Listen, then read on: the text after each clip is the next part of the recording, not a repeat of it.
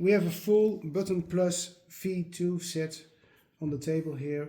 Let's put it together and explain something about each individual module. First we have the bar module. Now you can see it has a glass cover looking very nice.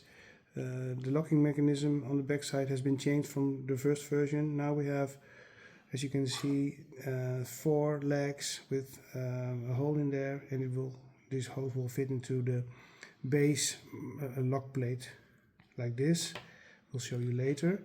This is the display button. It now has 4 legs which will fit into the base plate to fix it, and also it will click, these holes will click into the display support.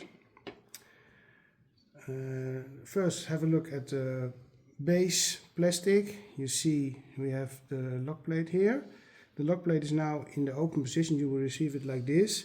If you want to lock the buttons, you click the tabs upwards, and now you see the holes, they are tightening and it will be locked. If you want to unlock, go to the side. There's a small slot here, and you use a screwdriver to push the lock plates out, and now it's again in the open position. This is the display support part. You will only need this if you have 3 bars. If you have a configuration with, for example, 2 bars, it will be like this. Then there will be 2 connectors supporting the display, so you will not need display support. Also, you can have a 1 bar configuration like this. Then the display will be supported by 3 connectors, so you only will not need the display support. We're now building a 3 bar configuration. So first, now let's have a look at the aluminum base plate. Everything will be locked onto the aluminum base plate. It's 2 mm thick, it's quite strong. You will install it on your flush mounted box in your house, or maybe you can also use just a hole in the wall and use these holes to lock it in place. Now let's just put this aside and then install everything on this. We start with the display support. It will now be locked onto the aluminum plate for extra strength. To install it, you will use 2 of the 6 provided screws. This is a M2 screw, 3 mm long, so it's quite short. And you will use a PH1 screwdriver, and you will install the support like this.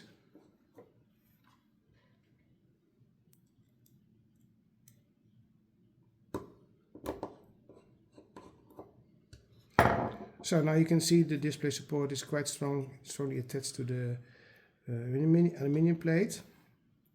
Now we will install the base plastic on here. You just push it on here.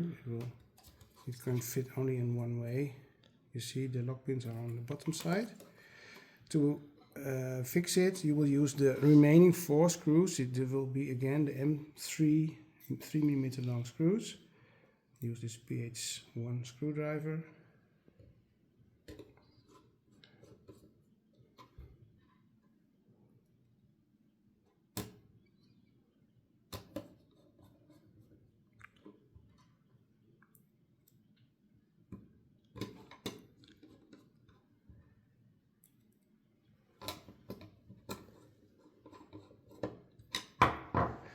So now we have the base assembly ready. We are ready now to install the base PCB. For the base PCB, let's have a look at this. We have 4 connectors as shown. This is the sensor for the light sensor. On the back we have 2 power options: external power, USB power, power convert circuit. Here is the connector for the Ethernet module. Here you have a connector for all kinds of sensors from, for example, Adafruit. This is a Stemma QT connection. And we also have another sensor connection for an extra temperature sensor. If you want to have a special external temperature sensor, the internal temperature sensor is here. Furthermore, you have the convert button and the reset button on the bottom. So now we install it into the base. So be sure, because the buttons are sticking out a little bit, be sure to first put this bottom part in here and then the top, so the buttons will be nicely fitted into the holes here. So you push it a little bit to the back, it will fit nicely, and we will fix it with 4 screws. This will be also M3 screw with the PH1 screwdriver, but now this one is 7 millimeters long, so it will be the longer one, but it's clearly visible that these are the longer ones. Also, if you try to use the shorter one, it will not fit.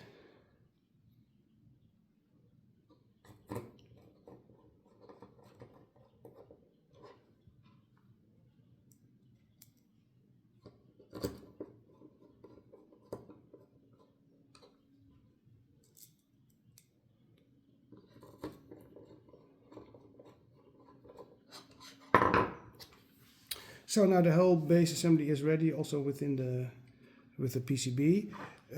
Before you install the motors, be sure to look at the lock plates. They need to be like this. The tabs need to be outside.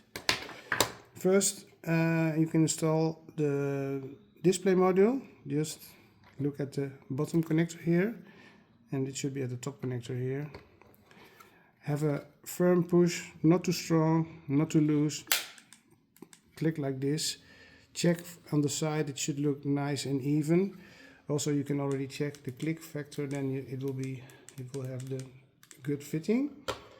Next, we will use the base modules. They can fit only one way, of course. Just to have a look at need the text to be visible, like this. Just like this. Now, click the lock buttons upwards, and the buttons will be very stable now, and the click will be nice, and you cannot remove them anymore without a screwdriver. So now let's power it up for the first time. You can use this external PH 2mm cable with 3.3 and up to 30 volts separately. You can use it only in this way, but now we install it. We started up with just a USB cable.